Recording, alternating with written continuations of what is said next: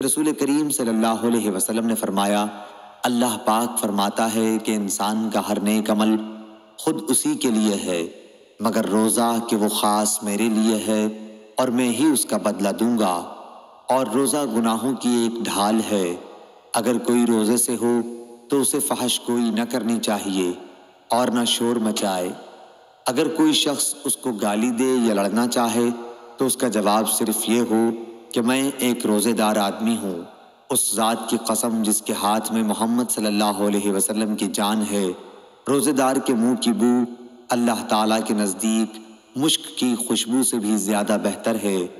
रोज़ेदार को दो खुशियाँ हासिल होंगी, एक तो जब वो अफ्तार करता है तो खुश होता है, और दूसरे जब वो अपने रब से मुलाकात करेगा तो अपने रोज़े का सवाब पाकर खुश होगा। सही बुखारी हदीस नंबर 1904।